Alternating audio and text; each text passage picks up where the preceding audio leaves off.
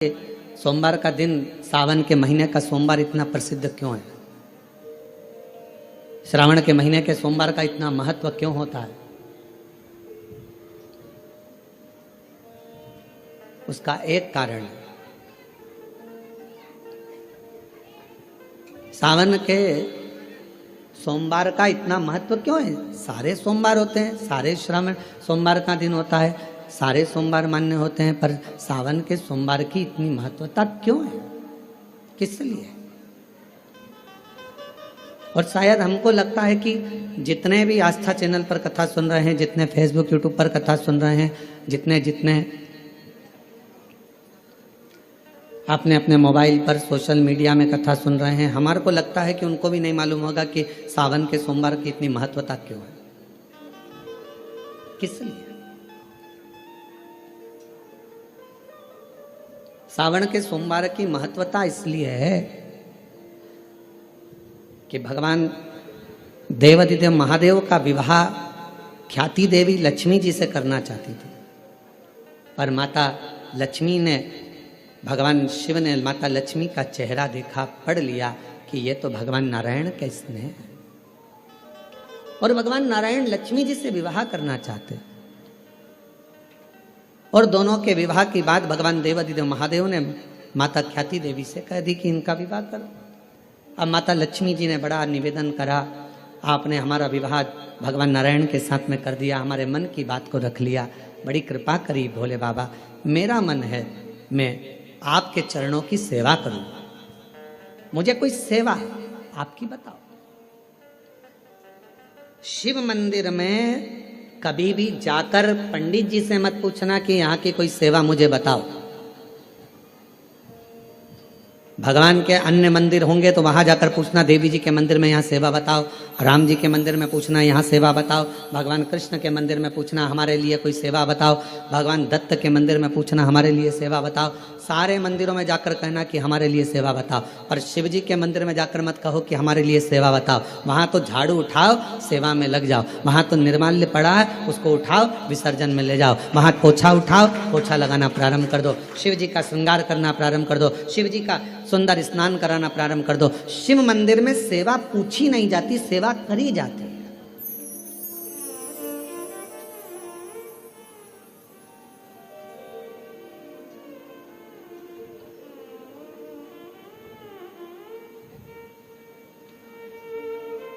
वहां सेवा करना पड़ती है। एक राज सिंहासन पर बैठने पर, एक कुर्सी पर बैठने पर, एक पद पर बैठने पर आपका कर्तव्य है कि आप बीच राह में से निकल कर जा रहे हैं, राज्य में से निकल कर जा रहे हैं, कोई दुखी आपको दिख रहा है, कोई गलत कार्य हो रहा है, आप अच्छे सिंहासन पर बैठे हैं, पद पर बैठे हैं, कुर्सी पर बैठे हैं, प्रतिष्ठा में बैठे हैं, आपकी बात दुनिया मानती है, तो आप उस गलत चीज को, गलत काम को हटाकर कुछ अच्छा कर सकते हो। आपको करना है, आप सेवा के लिए तत्पर रहें।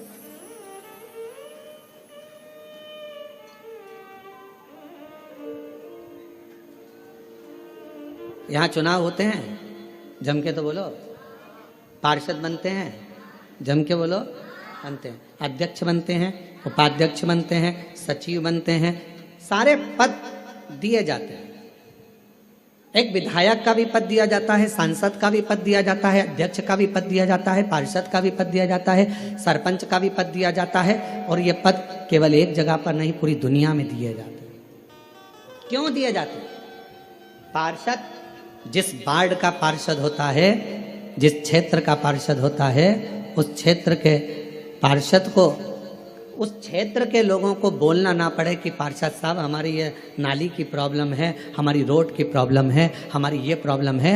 पार्षद उसी क्षेत्र का है, उसी कॉलोनी का है, उसी सोसाइटी का है, वो वहाँ घूमे और घूमने के बाद वो देखे कि मुझे सेवा का मौका कहाँ मिलेगा, मैं कहाँ सेवा करूँ, मैं ये नाली बनवा दूँ कि रोड बनवा दूँ कि मुझे ये करना है। वहाँ कहना नहीं पड़े, शंकर के मंदिर में कहना ना पड़े कि तुम्हें ये करना। शिव मंदिर में जाकर कभी नहीं पूछना कि मुझे सेवा क्या करना, शिव मंदिर में तो जाकर सेवा का क्रम करो। अब लक्ष्मी जी पूछ रही हैं भोले बाबा से, आप मुझे बताओ, मैं आपकी सेवा में लगना चाहती हूँ। शिव जी ने कहा कि मैं क्या सेवा बताऊं, आप जाओ भगवान नारायण की सेवा करो। पर लक्ष्मी जी ने सोचा कि देवाधिदेव महादेव मुझे सेवा नहीं बता रहे हैं। सावन का महीना था, सोमवार का दिन था। माता लक्ष्मी पूरे सावन के महीने में शिवालय में जाती, शंकर जी के कैलाश पर्वत पर जाकर खूब सेवा करती, खूब। प्रथम सोमवारी निकल गई, द्वितीय सोमवारी निकल गई, तृतीय निकल गई, चतुर्थ आ गई। सोमवारियां निकलती चली गई। सावन का आखिरी सोमवार, देवाधिदेव महादेव प्रसन्न हो गए। लक्ष्मी को बुलाया, हे लक्ष्मी, पूरी दुनिया में केवल महासंबोधन मेरे नाम के आगे लगा है। लोग मुझे देव अधिदेव महादेव कहते हैं। सारी पुराणों को केवल पुराण कहा जाएगा, पर शंकर की पुराण को भी महासंबोधन से संबोधित किया जाएगा, शिव महापुराण। लक्ष्मी, मुझसे जो जुड़ा हुआ है, मेरे नाम के आगे महासंबोधन लगा हुआ है, लोग मुझे महादेव कहते हैं। पर लक्ष्मी, तूने पूरे श्रावण के महीने में मेरी सेवा करी है, और आज सोमवारी के दिन तूने मेरी अविरल भक्ति को धारण करा है। बिना पूछे सेवा में, बिना दिखावे के तल्लीनता से सेवा करी है। मैं अपना महासंबोधन दुनिया में किसी को नहीं देता, आज तुझे दे रहा हूँ। और लक्ष्मी केवल लक्ष्मी नहीं रही, उस दिन से लक्ष्मी माँ लक्ष्मी। लक्ष्मी केवल लक्ष्मी नहीं रही, उस दिन लक्ष्मी महालक्ष्मी के संबोधन से प्रकट हुई। आज महासंबोधन लक्ष्मी जी को अगर किसी ने दिया तो भगवान देवाधिदेव महादेव ने दिया। और वह महासंबोधन कब मिला?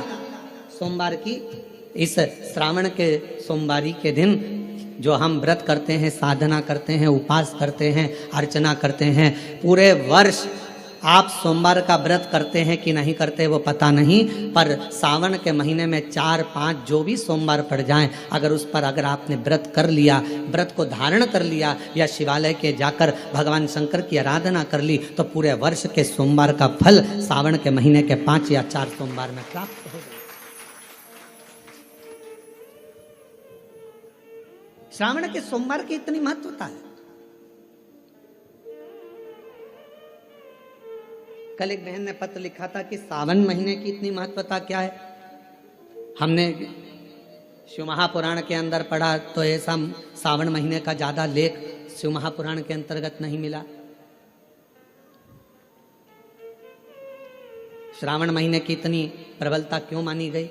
तो हमारा एक तो सोमवार का महत्व, सावन के सोमवार का महत्व क्या है, कोई आपसे पूछे तो आपको बताना चाहिए कि इस दिन लक्ष्मी को महालक्ष्मी कहा गया था। शिव जी ने सफलता, कल वाला प्रश्न, शांति, दिशा और सफलता बिना मांगे मिलती है शिव के दरवाजे से। क्या क्या चीज?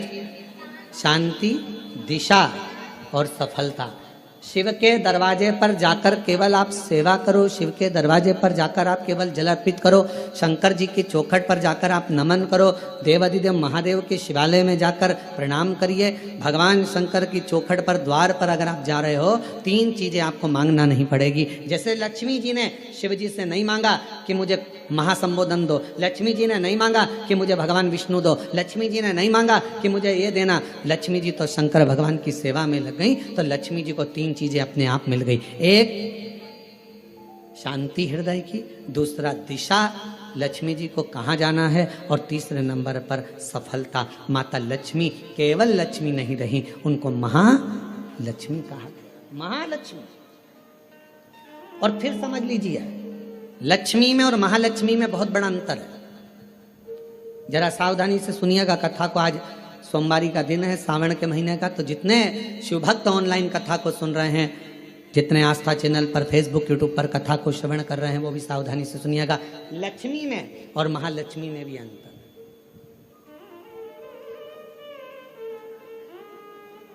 लक्ष्मी माँ आती हैं तो तुरंत चली जाती हैं।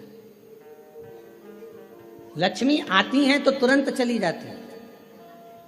लक्ष्मी बहुत समय तक तिजोरी में, अलमारी में टिकती नहीं है, पर वही लक्ष्मी भगवान विष्णु जी के आदेश से, भगवान शंकर की कृपा से हमारे घर में आती हैं तो वो महालक्ष्मी कहलाती है। और महालक्ष्मी अपने घर को छोड़कर कभी नहीं जाती है, वो वहाँ सदा सदा रहती है। बोल बम का नारा है, श्री शिवाय। महालक्ष्मी हमारे घर में रहती है।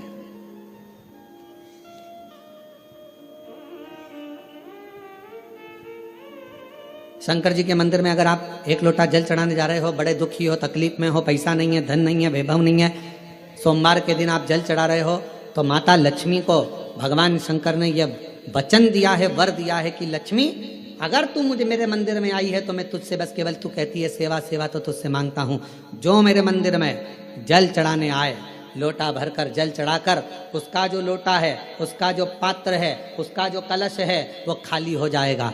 उस समय वो खाली अपने भवन की ओर ना जाए, उसमें लक्ष्मी स्वयं बैठकर उसके दरवाजे तक जाए। शंकर मंदिर में कई लोग कहते हैं गुरुजी अगर कोई खाली बर्तन सामने से आता है तो वो तो अपशगुन होता है। खाली पात्र अगर देखते हैं जाते समय तो अपशगुन होता है। परशु महापुराण की कथा कथी है, कोई महिला, कोई बच्चा, कोई स्त्री, कोई पुरुष, कोई घर का बेटा, बहू, बेटी, कोई आदिक वृद्ध जन भी अगर मंदिर में शंकर जी के जल चढ़ाकर लोटा लेकर आ रहा है तो वो लोटा, वो पात्र कभी खाली नहीं माना जाता, उसमें महालक्ष्मी का वासा माना जाता है, उसमें लक्ष्मी का प्रवेश माना जाता है। वो महालक्ष्मी से परिपूर्ण है। क्यों? तो आप लोगों को बार बार कहते हैं कि वहां से आओ तो थोड़ा सा पानी लेकर आना, अपने घर में छिटना, क्योंकि इसमें महालक्ष्मी विराजमान हो जाती है। महालक्ष्मी आपके इधर ऐसा होता है कि नहीं होता हमको नहीं मालूम, पर हमारे उधर का एक नियम है कि प्राचीन नियम है पूर्वजों के हिसाब से कि जब हमारे यहाँ गणेश जी का विसर्जन करने जाते हैं, देवी जी का विसर्जन करने जाते हैं, नवरात्रे के बाद में जवारे का विसर्जन करने जाते हैं, तो विसर्जन करने के बाद नदी में से, तालाब में से, कुएं में से थोड़ा सा जल लेकर आते हैं। अब इधर है कि नहीं वो हमको नहीं मालूम, छत्तीसगढ़ का हमको नहीं मालूम, पर हमारे उधर का हमको लाते हैं ना, तो वो जल लेकर आते हैं अपने घर पे, अपने द्वार पर, अपने दरवाजे पर, अपने बगीचे में सब दूर जल को थोड़ा थोड़ा छींट देते हैं। क्यों? किस लिए? काय के लिए? तो हमारे शास्त्र वर्णन करते हैं कि जब हम किसी देवता को विसर्जन कर कर आते हैं तो उनके कृपा का जल, उनकी करुणा का जल, उनकी वात्सल्यता का जल, उनके स्नेह का जल हम भर कर लाते हैं और अपने द्वार पर, अपने घर पर छींटते हैं। उनकी करुणा का जल। ये एक पत्र है, देखो,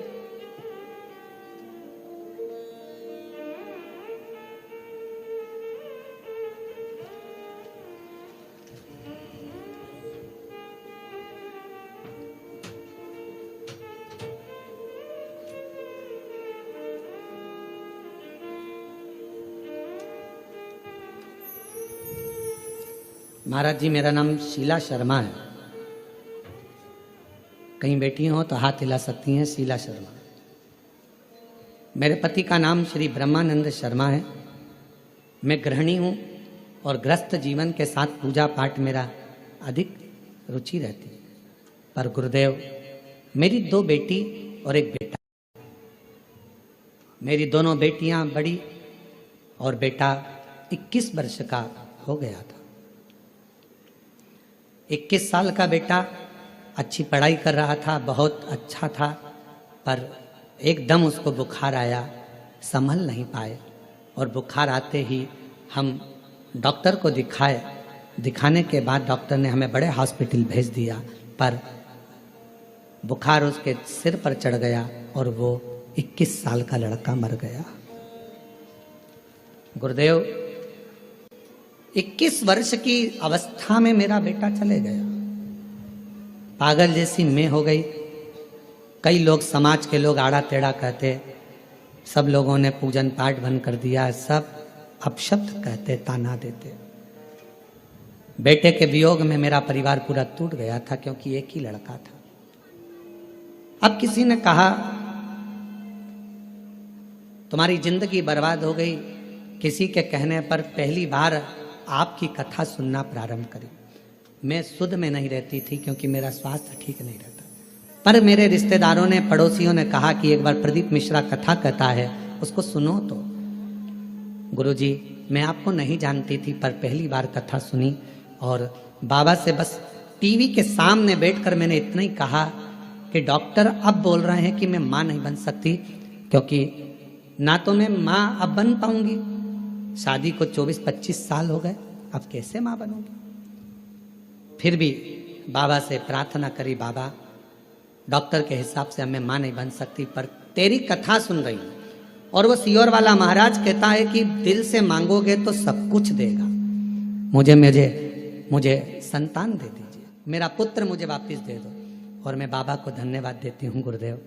21 साल का लड़का गया और बाबा ने फिर 24 साल के बाद मुझे पुत्र रत्न की प्राप्ति कराई। मैं बाबा को प्रणाम करने के लिए, कहीं बैठे हों तो आ सकते हैं। शिव की आराधना करना, शिव की उपासना करना, शिव की भक्ति करना कोई साधारण नहीं है। और मैंने तेरे ही भरोसे बाबा, तेरे ही भरोसे हवा बिच उड़ती जावांगी, बाबा डोर हत्तो छड़ी नावे कटी जावांगी, भोले मैं तेरी शंभो मैं तेरी हवा बिच उड़ती जावांगी, बाबा डोर हत्तो छड़ी नावे कटी जावांगी, भोले मैं तेरी भगत शंभो मैं तेरी भगत। शिव के प्रति एक आश्रितता हो आप।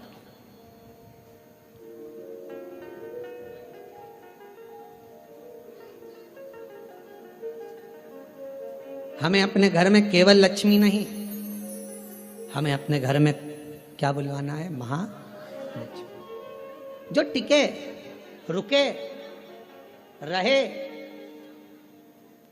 और जिनकी करुणा, जिनका आशीर्वाद, जिनकी कृपा की दृष्टि हम पर बनी रहे।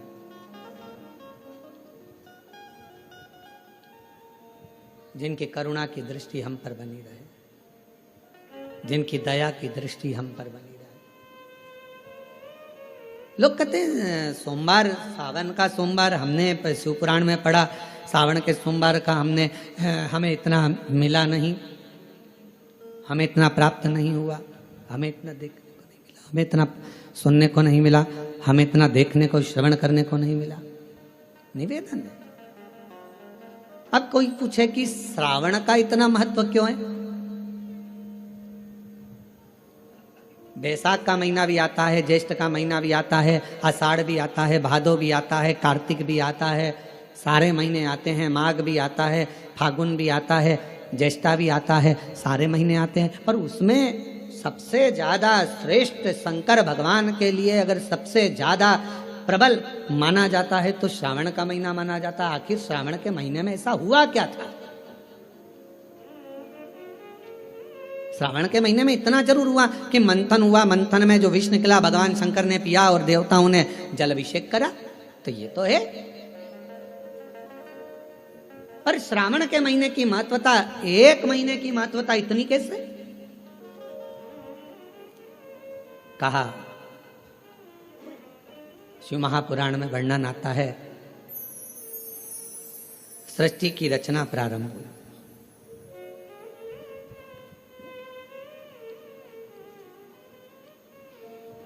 और सृष्टि की रचना में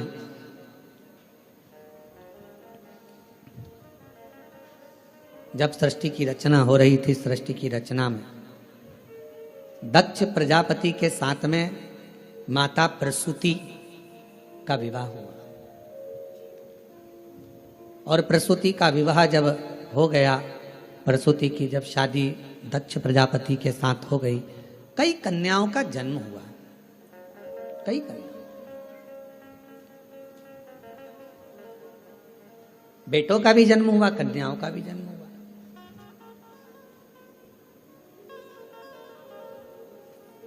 और आखिरी में, सबसे आखिरी में दक्ष प्रजापति ने माँ जगत जननी दुर्गा जी की आराधना करी और उनके घर में एक बेटी का और जन्म हुआ जिसका नाम था सती।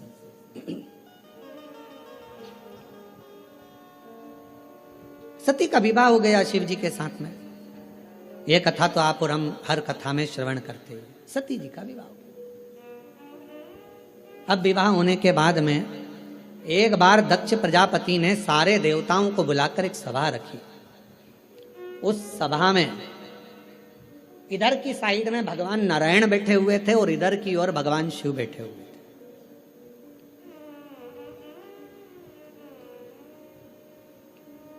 भगवान नारायण भगवान शंकर को देख रहे थे और शंकर भगवान नारायण को देख रहे थे। अब दुनिया वालों को कौन समझाए कि भगवान नारायण अगर सबसे ज्यादा प्रेम, सबसे ज्यादा अगर विश्वास और सबसे ज्यादा दृढ़ता और सबसे ज्यादा मेरे नारायण के दिल में अगर कोई बसे हुए हैं तो वो भगवान शंकर बसे हुए हैं, भगवान शिव बसे। और शिव जी से शंकर भगवान के हृदय में अगर कोई बसा हुआ है, शिव जी के हृदय में, शंकर भगवान के दिल में, शंकर भगवान के हृदय में, शंकर भगवान की चित्तवृत्ति में अगर कोई बसा हुआ है तो वह भगवान नारायण बसे। नारायण शिव के बिना नहीं और शिव नारायण के बिना।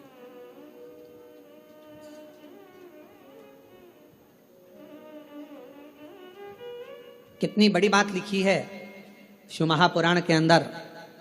कोई राम को मानने वाला यदि शिव का अपमान कर देता है तो भगवान राम उसे जिंदगी में कभी दर्शन नहीं देते। और शिव को मानने वाला यदि भगवान नारायण का, राम का, कृष्ण का अपमान कर देता है तो भगवान नारायण, कृष्ण, राम उसको दर्शन नहीं देते। शिव के बिना राम नहीं, राम के बिना शिव नहीं, राम के बिना, शिव के बिना कृष्ण नहीं और कृष्ण के बिना शिव नहीं। अब कई लोग कहते हैं हमारे पूजन के घर में, हमारा छोटा सा पूजन का मंदिर है घर के अंदर, गुरुजी उसमें लड्डू गोपाल बैठे हैं, उसमें मुरलीधर भगवान बैठे हैं, उसमें कृष्ण कन्हैया बैठे हुए हैं, क्या हम शंकर भगवान का शिवलिंग मंदिर के अंदर रख सकते हैं? तो हम उनसे पूछते हैं तुम्हें मना किसने करा, पहले उसका नाम बताओ कि मंदिर के अंदर शंकर भगवान का शिवलिंग नहीं रखना चाहिए।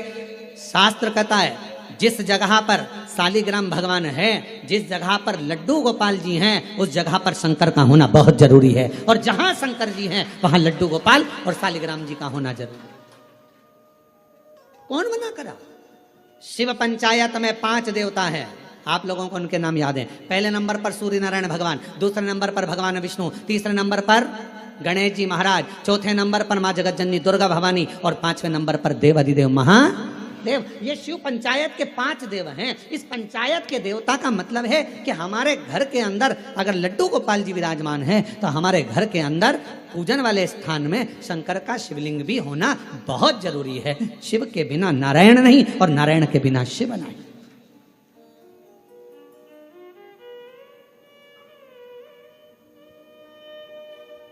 अभी श्रावण के महीने में हम रोज पाठ करते हैं।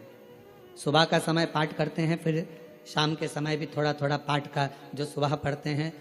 तो आशीष जी बोले कि गुरुजी आप जो पाठ करते हैं उसमें से थोड़ा थोड़ा सा व्याख्यान सब जनमानस को मिले। तो अभी 2-4 बार से आप लोगों के पास आ भी रहा होगा पढ़ते हुए पाठ कि हम जो पढ़े वो आपके सामने हम उसको उंगली फेर कर बता देते हैं कि हमने शिव पुराण के इस पृष्ठ से ये बात को लेकर बोला है, उसका स्मरण।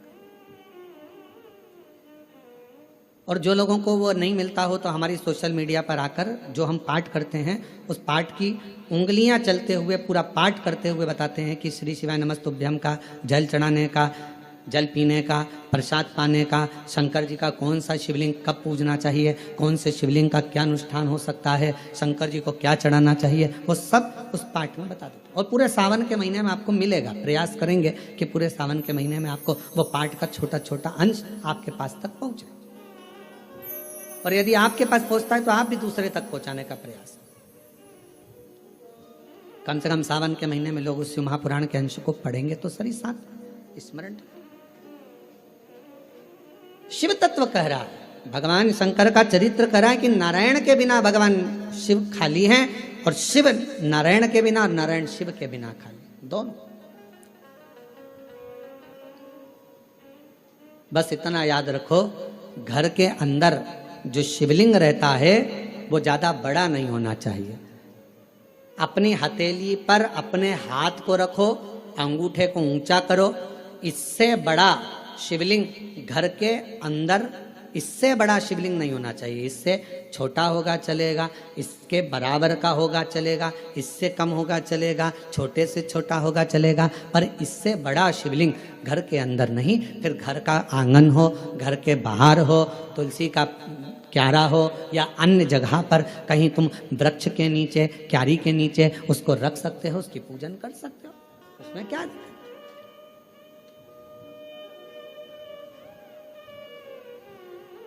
फिर उसको बाहर रखना पड़ेगा। पर छोटा सा शिवलिंग है, बिल्कुल छोटा है, पारद का है, सोने का है, चांदी का है, पाषाण का है, नर्मदेश्वर है, काले पाषाण का है, लकड़ी का है, चीनी का है, दर्पण का है, कांच का है, जो भी शिवलिंग है वो आपके घर के अंदर विराजित है, वो आपके घर के। अब इधर नारायण बैठे थे, इधर भगवान शिव। आज सोमवारी की कथा है और पूरी दुनिया के लोगों को यह कथा सुनना है कि सोमवार, और सोमवार का तो वर्णन आपको कर दिया, श्रावण भगवान शंकर को इतना प्रिय क्यों है। और लोग कहते हैं हमने पुराण में पढ़ा तो कहीं श्रावण का इतना बहुत सारा महत्व नहीं मिल पाया, पर इतना महत्व श्रावण का क्यों? पूरे महीनों में 12 माह में श्रावण की महत्वता इतनी क्यों? इधर मेरे नारायण, इधर मेरे भगवान शंकर, शंकर भगवान नारायण को देख रहे हैं, शंकर भगवान को नारायण, दोनों एक दूसरे को देख रहे हैं, दोनों के हृदय में एक दूसरे विराजमान है, एक दूसरे।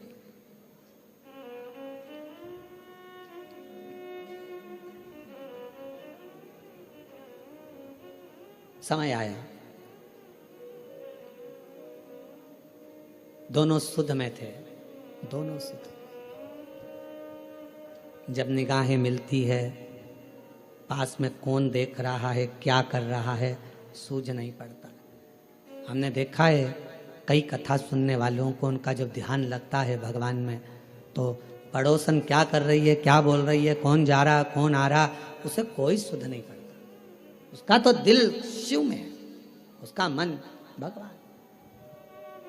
और ये हमने पहले की बात है, बहुत पहले की, लगभग हो गए होंगे 30-32 साल के लगभग में, जब हम एक बार छिपरा में कथा करने के लिए गए थे। तो छिपरा में, मध्य प्रदेश के पास में मांगलिया, इंदौर के पास में छिपरा है, वहाँ हम जब कथा करने गए तो हम ठहरे थे वहाँ पर, मालू जी के यहाँ पर, तो वहाँ ठहरे थे और कथा चल रही थी मंडी में, मंडी भवन में, टीन शेड था, उसके नीचे कथा चल रही थी। और कथा के आयोजक थे राठी परिवार, वहाँ राठी जी, मोहन जी वगैरह वहाँ है छिपरा में, तो वो उसके आयोजक थे।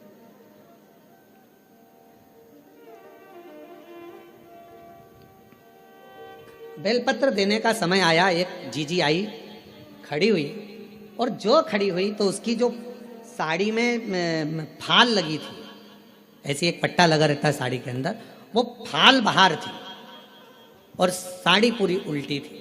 अब हमारे उसके चरण की साइड हमारा देखना हुआ, तो देखने में उसके सिर पर भी जो वो फाल थी, वो सिर के ऊपर ऐसा फाल का पट्टा था। अब हमने कहा जीजी, ओ जीजी, तो जीजी बोली हाँ गुरुजी। हमने कहा आज तो तुमने साड़ी को उल्टा पहन लिया। तो कहा नहीं गुरुजी, मैं तो सीधी पहन कर आई हूँ। हमने कहा सिर पे पल्लू है, जरा देखिएगा। तो फाल का पट्टा ऊपर था, साड़ी उल्टी थी। उसने कहा ओ बाप रे, ये मैं कहाँ पहन के आ गई, लोग तो मुझे हंसे होंगे। तो मैंने पूछा जीजी एक बात बताओ कि तुम ये साड़ी उल्टी पहन क्यों आई? तो कहा गुरुजी कथा के चक्कर में आगे बैठना था, इस चक्कर में मैंने कहा जल्दी पहनूं जल्दी पहनूं जल्दी पहनूं, और जल्दी के चक्कर में वो साड़ी उल्टी हो गई। हमने कहा जीजी आप चिंता मत करो, आज आप साड़ी का पल्लू उल्टा करी हो ना, मेरे देव अधिदेव महादेव जब तुम पर तकलीफ आएगी तुम उसके लिए उल्टा सीधा कैसा भी भजन करने के लिए अपनी सुध भुलाकर उस महादेव के लिए आई हो ना, एक दिन मेरा महादेव भी आपके लिए खड़ा मिलेगा। क्यों चिंता, क्यों विचार करना, क्यों सोचना कि हमने वो कई लोग क्या कहेंगे। हमने कहा आग लगे बस्ती में अपन रहो मस्ती में। भगवान कृष्ण की गोपियों का प्रेम कृष्ण भगवान के प्रति कितना था कि गोपियां सुध भूल जाती थी कि लहंगा धरो शीस पर और दई चूनर पाँव, पतियन रोके नहीं रुकी छोड़ चली घर। भगवान कृष्ण की कथा में श्रीमद् भागवत में आता है, गोपियां जब रास करने के लिए जाती थीं, मुरली की धुन में ऐसी गोपियां सुध भूल जाती थीं कि अपना लहंगा सिर पर, साड़ी चुंदड़ी पाँव में बांध लेती थी, सुध नहीं रहता था। आंखों में लगाना रहता था सुरमा, होठों पे लगाना रहता थी लाली, लाली लगा लेती थी आंख में, सुरमा लगा लेती थी होठ में, सुरमा होठ में। और किसी किसी के दांत लंबे और होठ काले, होठ काले और दांत लंबे, तो नैन लाल, बाल खुले, बिंदी बड़ी सारी, बहुत बड़ी बिंदी। तो गांव के लोग भी देखकर कहते, पता नहीं कहाँ की बहू आई है, सुध नहीं पड़ती है, इतना स्वरूप बनाकर ना जाने कहाँ जा रही है। तो एक बार खुद के पति मिल गए, पति ने कहा ऐसा रूप रखकर कहाँ जा रही है, तो कहा भगवान के साथ रास करने। तो भगवान के साथ रास करने जाएगी, तेरा रूप देखकर भगवान भाग जाएंगे। इतने में कहा नहीं नहीं नहीं, वो मुरली का धरने वाला है, वो बंसी बजाने वाला है, वो मेरे बाहर का रूप नहीं देखता, वो मेरे भीतर के रूप से मुझे पुकार लेता है, वो भीतर का देखता है, बाहर के रूप से परमात्मा कभी प्रसन्न नहीं हो। बाहर क्या देखे, बाहर का रूप तो दुनिया को भाता है, मेरे परमात्मा बाहर का कभी रूप नहीं देखते कि तुम्हारा चेहरा क्या बोल रहा है, तुम्हारे नेत्र क्या बोल रहे हैं, तुम कितने सुंदर हो, कितने कैसे हो, नाक कैसी है, दांत कैसा है, मुख कैसा है, श्रवण शक्ति कैसी है, कर्ण कैसे हैं, भुकुटियां कैसी है, ये दुनिया के लोग देखेंगे। मेरा महादेव, मेरा ठाकुर, मेरा गोपाला, मेरा कृष्णा ऐसी चीजें नहीं देखता। मेरा बाबा तो केवल तुम्हारे हृदय का भाव देखता है। निर्मल मन सो मोहि पावा, मोहि छल छिद्र कपट ना भावा। मुझे केवल तुम्हारा मन, शुद्ध भाव, शुद्ध चित्त चाहिए। श्रावण की महत्वता कितनी है, इधर नारायण, इधर भगवान शंकर, दोनों एक दूसरे को देख रहे हैं, दोनों की सुध नहीं है, दोनों की सुध। छोड़ दिया मैंने खाना पीना तेरी याद में, छोड़ दिया मैंने खाना पीना तेरी याद में, मेरे दिल में उठे है पीड़ सखी, वृंदावन जाऊंगी, काशी जाऊंगी सखी, वृंदावन जाऊंगी। ये मन की पीड़ है। कोई कहे मुझे ब्रज जाना है, कोई कहे मुझे काशी जाना है, कोई कहे मुझे यहाँ जाना है, कोई कहे मुझे वहां जाना। ये भीतर की पीड़ा है, भीतर की पीड़ा, भीतर की।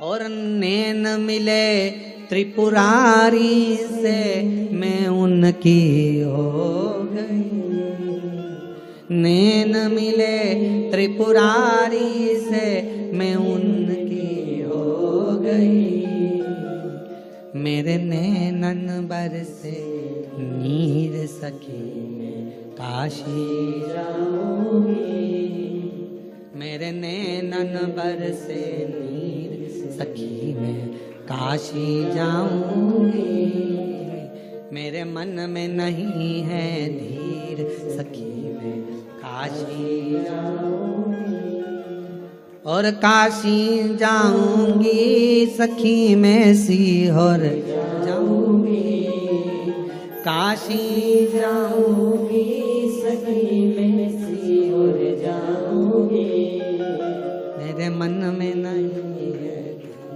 सखी में काशी जाऊंगी।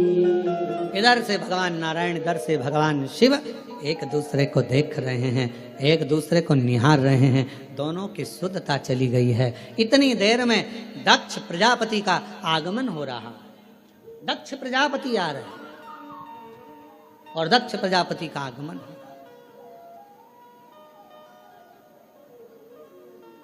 अब जरा विचार करना, दिल लग गया शिव में, मन लग गया शंकर जी के मंदिर में। कई माताएं आज भी ऐसी हैं, छत्तीसगढ़ की बात कर रहा हूं मैं, बाहर की अन्य जगह का तो सुधे नहीं है, छत्तीसगढ़ में भी आज भी कई माताएं ऐसी हैं, मंदिर जाती है, सुबह से नहाई धोई, जल्दी से लोटा भरा, पास में मंदिर था, पहुंच गई। अब उसे ये भी नहीं मालूम कि मैं चप्पल पहनी कि नहीं पहनी, उसे ये भी नहीं मालूम मैं दरवाजा बंद करा ना करा।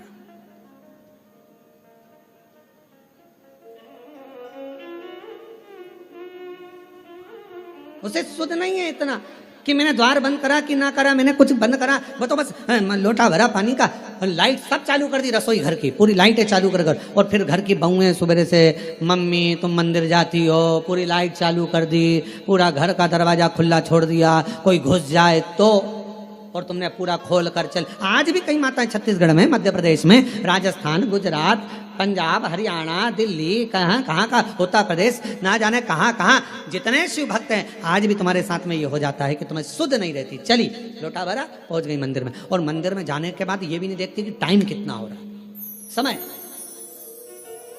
बस जल चढ़ाया, बैठी, श्री शिवाय नमस्तुभ्यं, श्री शिवाय नमस्तुभ्यं, श्री शिवाय नमस्तुभ्यं, श्री शिवाय। सुध नहीं, एक पत्र है, अच्छा है, देखिए।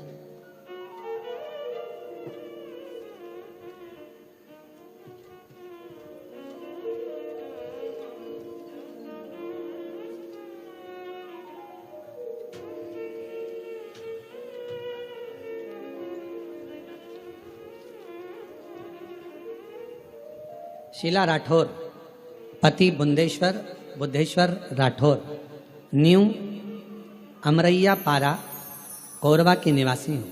कहीं बैठी हूँ तो बेलपत्र लेने के लिए आ सकती हूँ।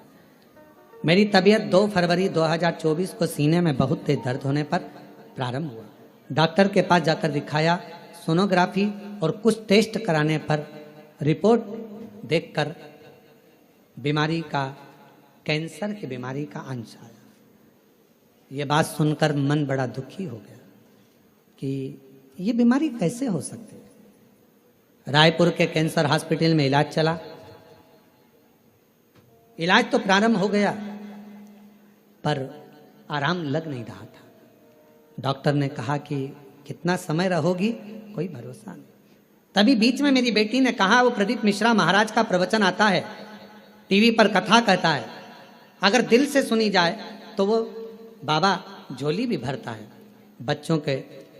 तभी 16 फरवरी 2024 में रायपुर में जब कैंसर का इलाज शुरू हुआ, 24-25 फरवरी को मेरे भतीजे को सीहोर में भेजा, वहाँ से रुद्राक्ष मंगवाया, उसका पानी शिव को चढ़ाकर पीना प्रारंभ किया। पशुपति नाथ का व्रत 2 बार करा और बाबा से प्रार्थना करी, बाबा किसी को बीमारी नहीं, ये बीमारी कैसे लग गई। गुरुदेव, फरवरी में इलाज चालू हुआ, 12 जुलाई 2024 को ऑपरेशन हुआ। ऑपरेशन होने के बाद हालत और ज़्यादा खराब हो गई। अब करें तो करें क्या, कौन लाए जल। तब शिव पर आश्रित होकर फिर रुद्राक्ष का जल देना प्रारंभ करा और रुद्राक्ष का पानी और बेलपत्र जब देना प्रारंभ करा, 7 मार्च 2025 को पुनः वापिस तकलीफ जब बढ़ने लगी तो जांच के लिए रायपुर लेकर गए। जब रायपुर लेकर गए तो सारी जांचें फिर कराना प्रारंभ करी तो बाबा की ऐसी कृपा हुई कि सारी रिपोर्ट नील आ गई और कैंसर शरीर में नहीं था। हम बाबा को प्रणाम करने के लिए आए, बाबा को नमन करने, एक शिव तत्व।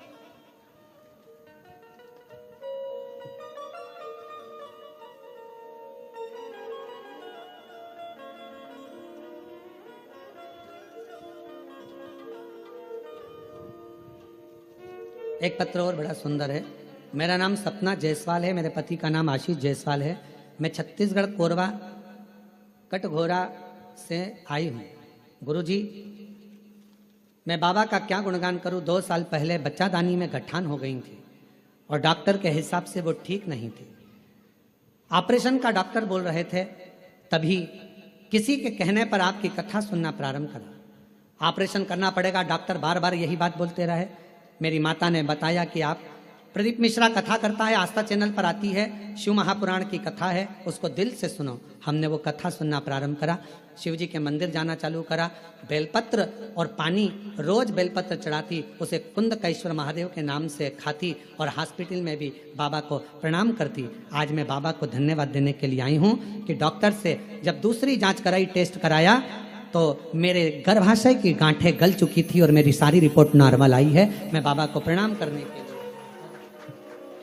छोड़ दिया मैंने खाना पीना तेरी याद में छोड़ दिया, मैंने खाना पीना तेरी याद में, मेरे मन में उठे हुए तीर सखी में काशी जाओगे, मेरे मन में उठे हुए तीर सखी में काशी जाओगे, काशी जाओगी सखी में सीहोर जाओगी, काशी जाओगी सखी में सीहोर जाओगी, मेरे मन में नहीं है धीर सखी में काशी जाओगी, मेरे मन में नहीं है धीर सखी में काशी जाओगी, काशी जाओगी सखी में सीहोर जाओगी, काशी जाओगी सखी में सीहोर जाओगी, मेरे मन में नहीं है धीर सखी में काशी जाओगी, शिव पर करा भरोसा, शिव पर करा दृढ़ता, विश्वास एक ना एक दिन सुख प्रदान जरूर करता, सुख देता है। आपका विश्वास क्या कहता, दृढ़ता क्या कहता, सुध बांध कर रखो, सुध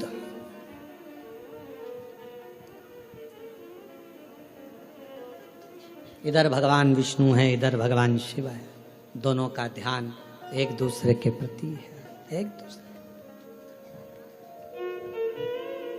और शंभु शरण मांगू घड़ी रे घड़ी, दुख काटो दया करीन दर्शन, ओ शंभु शरण मांगू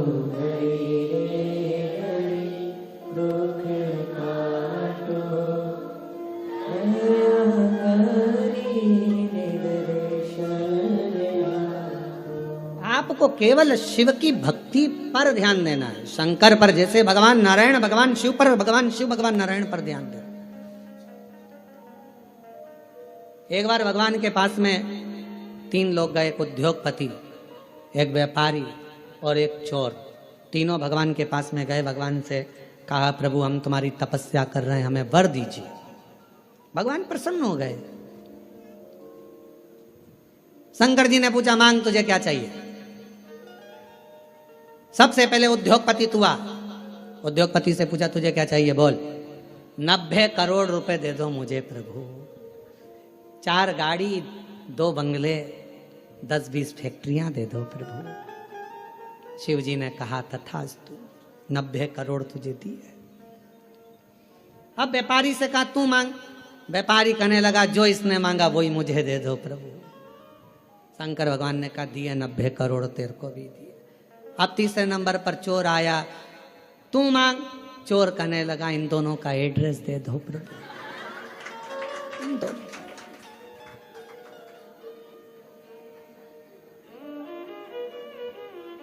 क्योंकि आपसे कहूं कि उद्योगपति ने जो मांगा वो दो तो 90 करोड़ मिलेंगे, और अगर कहूं कि व्यापारी ने जो मांगा वो दो तो 90 करोड़ मिलेंगे। इसलिए कृपा करो दोनों का एड्रेस दे दो। चोर बोला दोनों का एड्रेस मुझे दे। बस यही प्रसंग को ध्यान में रखना कि हमें 90 करोड़ नहीं, हमें शंकर के दरवाजे का एड्रेस मिल जाए, शिव की चौखट मिल जाए, शंकर का द्वार मिल जाए, और उसके द्वार से बढ़कर क्या चाहिए।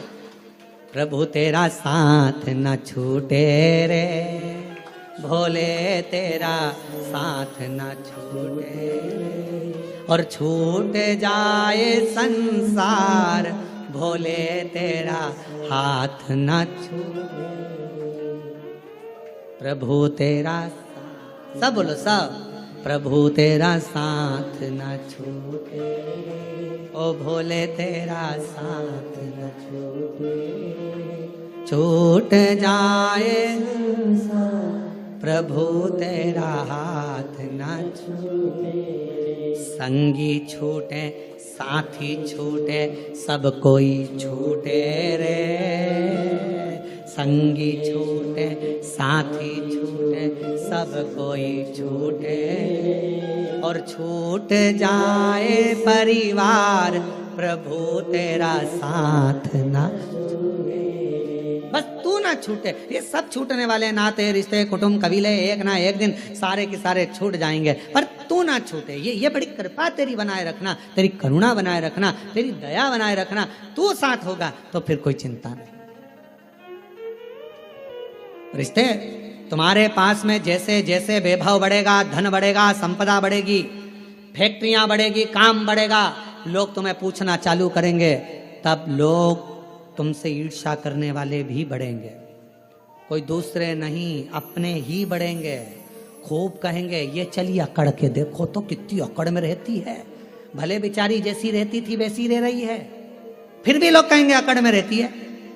2-4 फैक्ट्री खुल गई तुम्हारी, 1-2 राइस मिल खुल गई, ये खुल गया वो खुल गया, 2-4 बंगले बन गए, तो लोग कहेंगे बताओ पहले तो कैसे कैसे मिलते थे, आजकल तो मिलते ही नहीं। अरे भाई जब इतनी फैक्ट्रियां कामकाज बढ़ा है तो काम बढ़ा है तो समय कहाँ मिलेगा। पहले की बात दूसरी थी, फ्री थे तो मिल लेते थे, उसमें क्या दिक्कत, इसमें अकड़ की कौन सी बात है।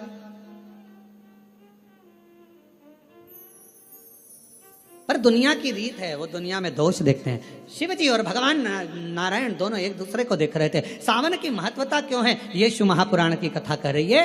दोनों एक दूसरे को देख रहे। दक्ष प्रजापति का आगमन हुआ उसी सभा में, दक्ष प्रजापति का आगमन हुआ तो दक्ष प्रजापति ने आते ही कुछ नहीं देखा, सबसे पहले अपने दामाद को देखा। ऐसा होता है, किसी किसी के 4-5 दामाद होते हैं ना, 2-4 दामाद, 2 हो 4 हो 3 हो जितने भी हो, उसमें एक दामाद तो बहुत पैसे वाला है, बहुत करोड़पति अरबपति धनपति, ससुर का ध्यान उस पर नहीं जाता। और एक दामाद जो बहुत, लड़की रोज घर पे आकर बोलती थी मम्मी वो तो ऐसा करते हैं, मम्मी वो तो वैसा करते हैं, मम्मी वो तो जैसे ही दामाद दिखा वैसे ही दक्ष प्रजापति का ध्यान शिव जी पर गया। सब बैठे थे, रति के पति कामदेव भी बैठे थे, भगवान विष्णु भी बैठे थे, ब्रह्मा जी बैठे थे, सारे के सारे सभा में इंद्रदेव सब बैठे थे, चंद्रदेव आदि शंकर, दक्ष प्रजापति के 60 दामाद वहीं पर बैठे हुए थे। उन पर ध्यान नहीं गया, पर ध्यान किस पर गया। भगवान विष्णु भी सुध में थे, उन्होंने भी प्रणाम नहीं करा था। शंकर भगवान नारायण की सुध में थे, उनने प्रणाम नहीं करा, और उनका ध्यान किसी पर नहीं गया और शंकर जी पर गया। ये दुनिया की रीति है, नियम है। दुनिया के लोग आप पर बड़ा ध्यान रखते हैं, बड़ा खुद क्या कर रहे हैं उससे मतलब नहीं है, पर तुम क्या कर रहे हो उससे मतलब है। जो जितना बढ़ता चले जाता है उतना कैमरे की निगाह में आता चले जाता है। पूछना किसी से, पूछो किसी से। हाँ तुम्हारे बीच में महापौर जी बैठी, इन्हीं से पूछ लो, हाँ इनसे ही पूछ लो। चुनाव नहीं लड़ा था उससे पहले ये कहीं पर भी चले जाएं, कहीं पर भी आ जाएं, कैसे भी बैठ जाएं, कैसे भी खा ले में, कैसे भी रह ले में, पर जब महापौर बन गए तो फिर थोड़ा कोई शब्द भी बोलना है तो बड़ा सोच कर बोलना पड़ेगा, नहीं तो मीडिया बहुत ध्यान रखना पड़ता है, बहुत स्मरण। कोई सोशल मीडिया पर ये ना आ जाए, कोई बात ना आ जाए, कोई बात ना आ जाए। अब हम तो इतनी छाट कर बड़ी मुश्किल से सोच कर विचार कर पूरी पुराणों को पढ़कर कथा लेकर आते हैं और उसको यहाँ बाजते हैं, तो भी लोग बैठे बैठे यही सोचते रहते हैं इसमें गलती कौन सी निकालना है। आज महाराज कुछ बोलेगा तो मैं उसमें गलती निकाल लूंगा, गलती निकाल लूंगा तो पुतले जलाऊंगा। अब उनको लगता है पुतला जलाने से महाराज अच्छा हो जाएगा। अरे भाई गलती करना मनुष्य का काम है और माफ करना उस परमात्मा का काम है। अगर मानव गलती नहीं करेगा तो कौन करेगा, कौन करेगा।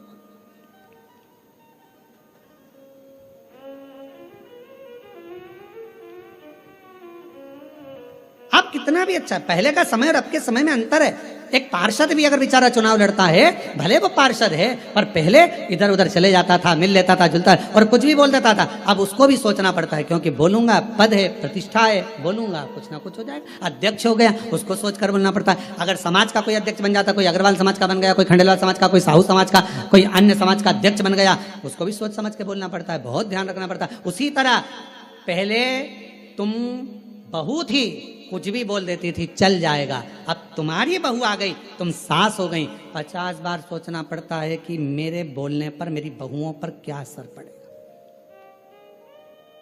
पहले तुम्हारा मन करता था, रसोई घर में गई, बनाया, चाट बनाई, भेल बनाई और खा खुआ के और बढ़िया बड़ा पाव वगैरह सब बना बुनो के खा पी के अपने कमरे में जाती। बहू थी, अब तुम सास बन गई, अब तुम खुद रसोई घर में नहीं जा सकती। अब तुम्हें कहना पड़ेगा बेटा आज मेरा मन कर रहा है, और मन करेगा तो भी नहीं खा पाओगी री, मन करेगा तो भी नहीं खा पाओगी, क्योंकि बहुएं कहेंगी बताओ मम्मी का दिन भर जुबान चलती रहती है, तो बेचारी वो भी ना खा पावे है। तो फिर वो बना रही है, जो सब्जी बना लेगी बेचारी सास खा लेगी, जो बनाएगी वो सास खा लेगी, कभी नहीं कहेगी कि ये बनाओ कि जो, और रोटी भी नहीं होगी तो बची हुई कल की खा लेगी, सुबह की खा लेगी, पर कभी नहीं कहेगी। क्यों? क्योंकि उसका पद बढ़ गया।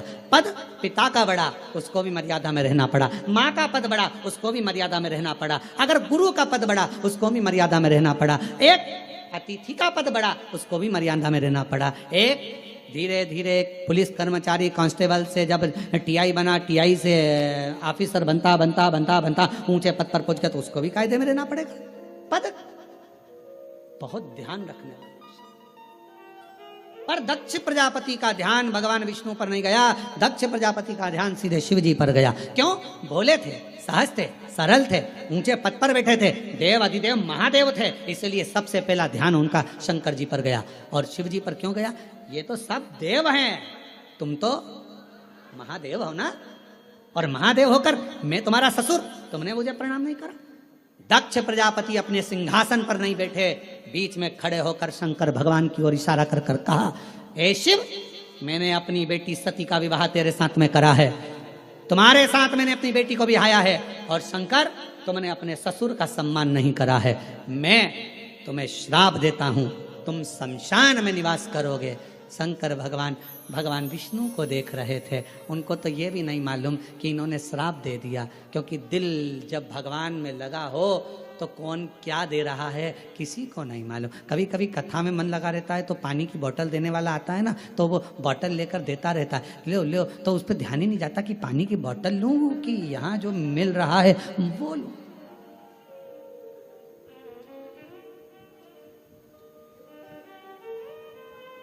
जो मिल रहा है,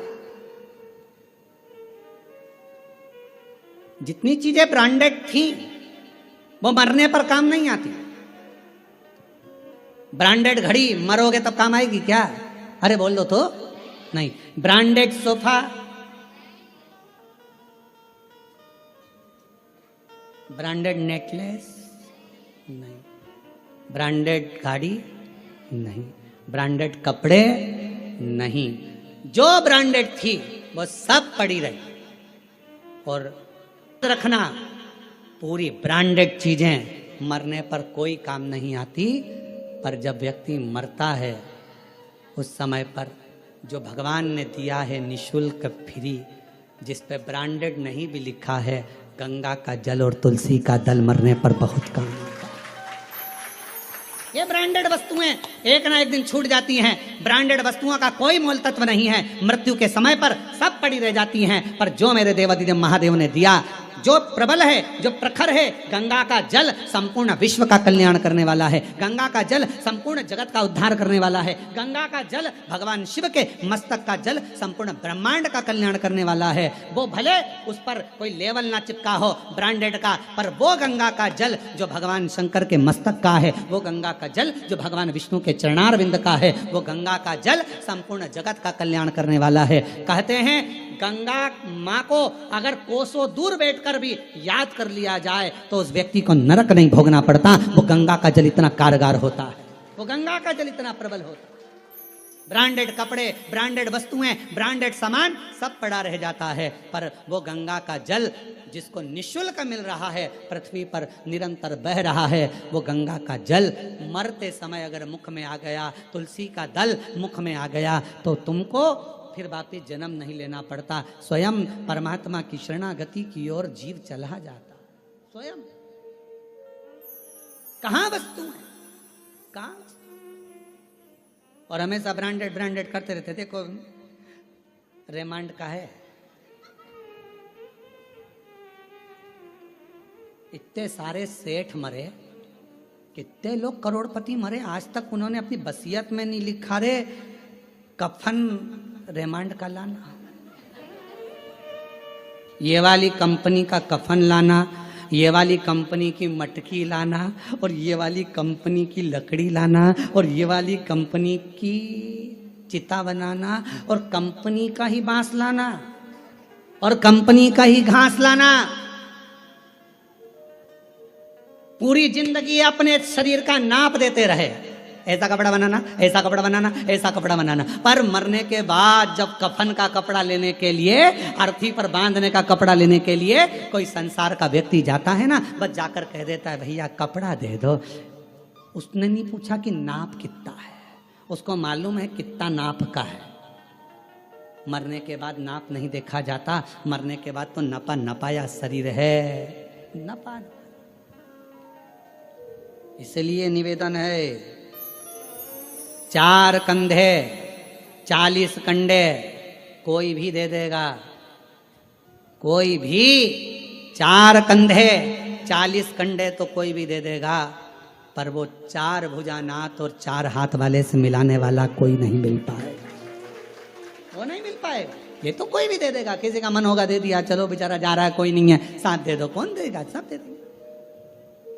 यहां भी वहां भी दोनों ओर है, दोनों ओर, दोनों ब्रांडेड वस्तुओं का त्याग। कभी कभी ये भी अपने अंदर एक प्रतिज्ञा करो, सावन का सोमवार है, 5 सोमवार मैं गंगा का जल पीऊंगी, करो प्रतिज्ञा। नहीं प्रतिज्ञा, 5 सोमवार में एक दिन साबूदाने की खिचड़ी खा लूंगी, एक दिन चिप्स खा लूंगी, एक दिन सिंगाड़ा के आटे का हलवा और खीर। अभी आज का तो सोमवार निकलने दो महाराज, अगले सोमवार की फिर तैयारी हो जाएगी। अब अगले सोमवार क्या क्या खाऊंगी। रात को पति से पूछा अब मैं अगले सोमवार क्या खाऊं। पति भी हाथ जोड़कर बोला मेरे प्राण मत खा, बाकी के तुझे जो खाना है खा, शांति रख, मेरे प्राण मत खा, शांति। निर्मलता का भाव हो।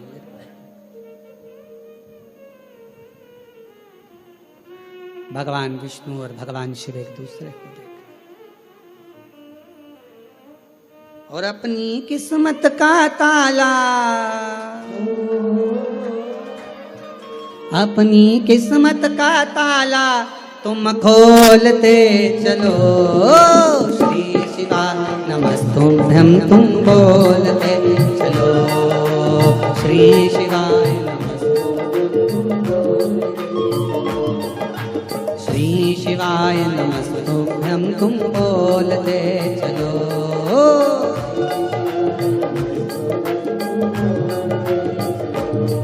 अपनी किस्मत का ताला, अपनी किस्मत का ताला,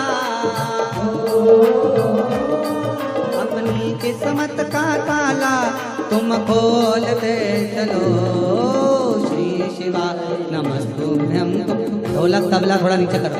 ओ श्री शिवा नमस्तुभ्यं तुम बोलते चलो। शंभो।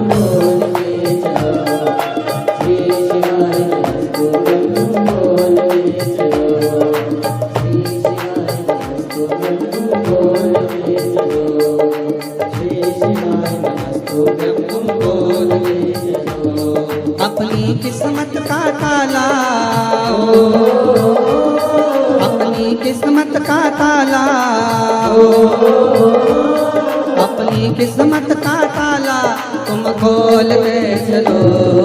श्री शिवाय नमस्तुभ्यं तुम बोल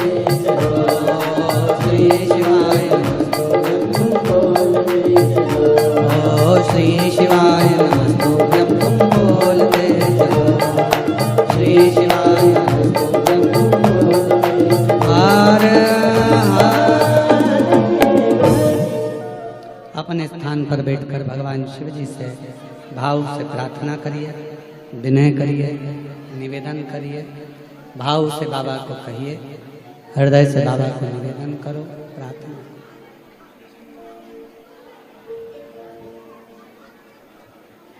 दिल से बाबा से कहिए, प्रार्थना करिए। आज सावन का सोमवार,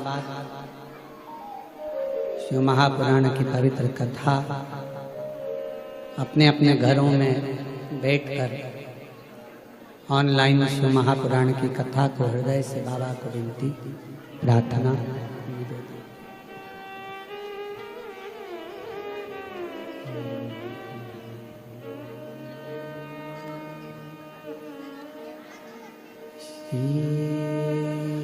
शिवा नमस्तु, श्री शिवा नमस्तु, श्री शिवा नमस्तु, श्री शिवा नमस्तु, श्री शिवा नमस्तु। भोला सब दुख काटो मारा, ओ भोला सब दुख काटो मारा। शिव शंकर जपो तेरी माला, भोले बाबा जपो तेरी माला। भोला सब दुख काटो मारा, ओ भोला सब दुख काटो मारा। वेश है मंगल मंगलकारी, वेश है मंगल मंगलकारी। शमशान वासी हमारा, शमशान वासी हमारा। ओ भोला सब दुख काटो मारा, ओ भोला सब दुख काटो मारा।